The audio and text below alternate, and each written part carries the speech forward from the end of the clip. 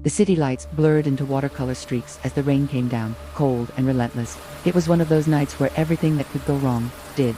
The final meeting ran late, my phone died, and just to top it all off, I watched the taillights of the last bus home disappear around the corner. So there I was, stranded, huddled under the weak, sputtering glow of a lone streetlight, the kind that seems to make the shadows deeper rather than chase them away. The minutes stretched into what felt like an eternity, each tick of my watch echoing the hollow drip-drip of rain from the shelter's roof. Just as I was about to give up and start the long, miserable walk home, I saw it, a pair of headlights cut through the gloom, slowly approaching, a bus. Relief washed over me, so potent I almost didn't notice the strange details. There was no route number displayed on its digital sign, just a blank, dark screen.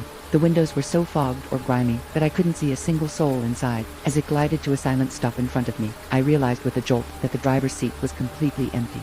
The bus was operating on its own, against every instinct screaming at me to run. The hydraulic hiss of the door's opening was like a siren's call, promising shelter from the storm. My clothes were soaked, and the wind was biting. What other choice did I have? I stepped up, the doors sighing shut behind me with an unnerving finality. The inside was dimly lit and eerily quiet, save for the hum of an engine that didn't seem to be running. And then I saw her, a single passenger, a woman sitting near the back, bathed in the faint emergency lighting. Her smile was the strangest part. It was impossibly wide, stretching her face into a grotesque mask of welcome. My heart hammered against my ribs as I stood frozen in the aisle. The bus began to move, pulling away from the curb with an unnatural smoothness. The woman's gaze never left me. Her voice, when it came, was a soft, chilling whisper that seemed to slither directly into my ear. "Do you remember me?" she asked, her smile somehow widening even further. My own voice was a strangled croak. "No, I don't think so." Her head tilted, and the smile faltered for a fraction of a second before returning, more intense than before. "Don't worry," she cooed, her whisper dropping lower. "You will when we arrive."